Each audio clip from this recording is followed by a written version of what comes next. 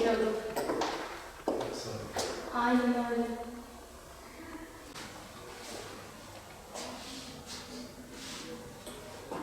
Rahatlamışız olmayalım. Siz niye böyle bir şey yapmışsınız?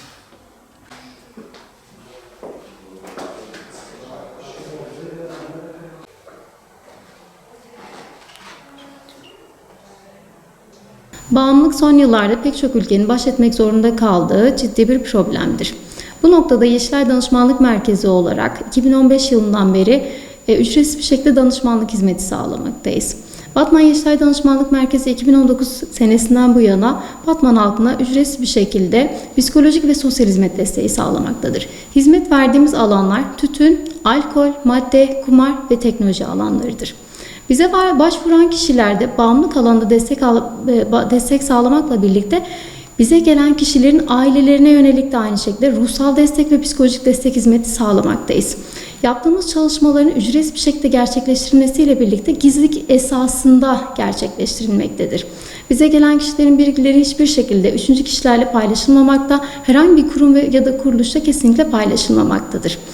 115 nolu danışma hattını arayan herkes bize ulaşım sağlayabilir. Bu noktada yapmaları tek gereken şey sadece bizimle iletişime geçmeleridir. Gönüllülük esasına göre çalışmaktayız. Zorunlu yatış işlemleri noktasında değil, daha çok kişinin kendisini tedaviye, gönlünün rızasının olmasını esas alıyoruz bu noktada. Bize gelen kişilerle bir tane uzman klinik psikologumuz, bir de sosyal hizmet görüşmelerimiz gerçekleştirilmektedir. Kişinin ihtiyacına nazaran eğer ki tıbbi tedavi gerekiyorsa bu noktada hastanelere yönlendirme yapmaktayız. Bizim merkezlerimizde ilaç desteği sağlanmamaktadır. Ayaktan hizmet sağlanmakta ve verilen bu hizmetler psikolojik destek ve sosyal hizmet desteğidir. Batman'da biz şimdiye kadar yaklaşık olarak 1000'in üzerinde kişiye bağımlılık alanında destek hizmeti sağladık. En çok başvuru aldığımız bağımlılık türü madde bağımlılığıdır.